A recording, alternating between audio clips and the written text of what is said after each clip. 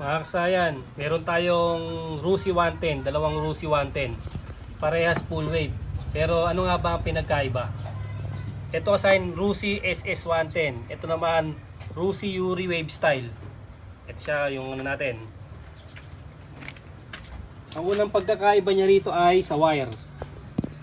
Ito 4 wires, ito namang isa ay 5 wires. Ayan siya ba? 5 wires. Ito 4 wires, si Yuri. Ito naman si SS o Fury. Fury type. Tanggalin natin.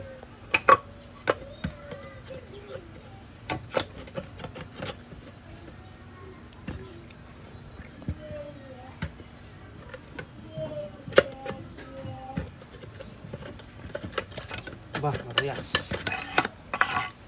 Pwede siya sa akin. Itong Yuri, mapapansin nyo siya ay wala siyang primary coil. Yung tinatawag na primary coil, yung maliliit na wire na nakabalot. Wala siya, ha. Full wave stator. Kaya dyan, tutok mo dito. Ito naman tatanggalin natin.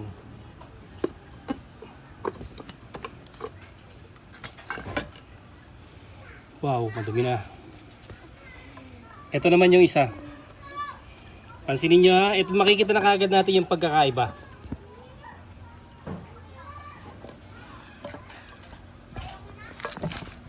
Ayan, ha. Wala siyang primary coil.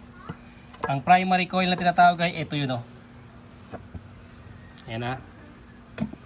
Ito nakabalot na to. Ito yung black red na naiibang kulay. Ito, oh. Ito yung isa na wala, ito. Itong Yuri. Parehas dilaw. Ito parehas dilaw din. Blue white at saka green. Oh. Ito yung red black. Ito yun, yung primary coil. O, ngayon kasahin, ito yung pagkakaiba, ha? Ibibigay ko sa inyo yung pagkakaiba.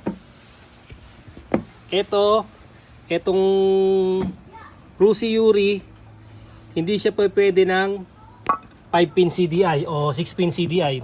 Hindi pwede yung gantong CDI sa kanya. Hindi pwede ito, ha. Ang pwede lang sa kanya ay battery operated CDI. Ayan na, 4-pin CDI, 1, 2, 3, 4. Hindi pwede yung mga gantong CDI, oh, pang TMX at saka yung pang mga XRM, pang Badja, hindi pwede sa kanya. Hindi pwede sa kanya yung gantong CDI.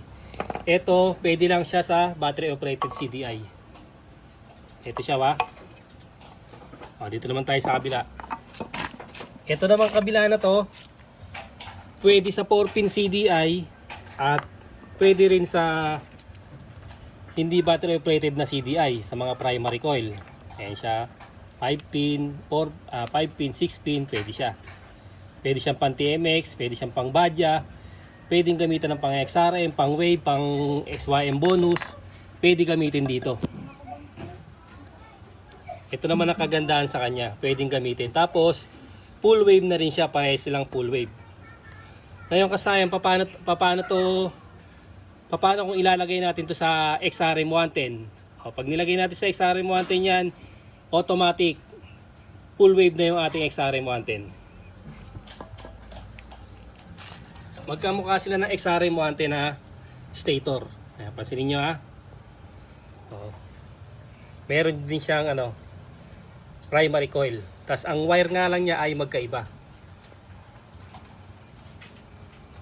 Ito siya, ba. Primary coil. Ito yung charging niya, magkaiba, oh, puti at saka dilaw kasi hindi siya full wave. Tapos pansinin nyo, wala siyang ground. Wala siyang ground na katulad nitong dalawa. Ayan siya, ba. Wala siyang ground kasi nga ang ground niya ay nasa body. Naka-body ground siya. Kaya pagka pinull wave natin to, ito katulad dito, full wave na to. Tinanggal natin dito yung kanyang yung kanyang ground at nilagay natin sa kulay dilaw. Ito ang mangyayari sa kanya, full wave na rin siya.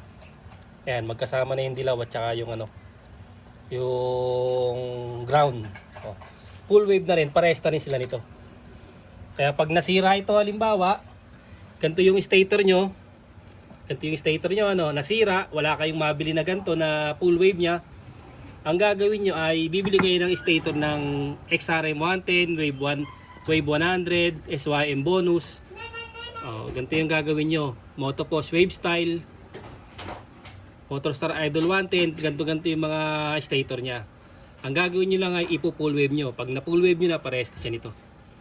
E paano naman kung hindi nyo siya i-full wave? Pwede pa rin siya kasayan, gagana pa rin, pero hindi full wave.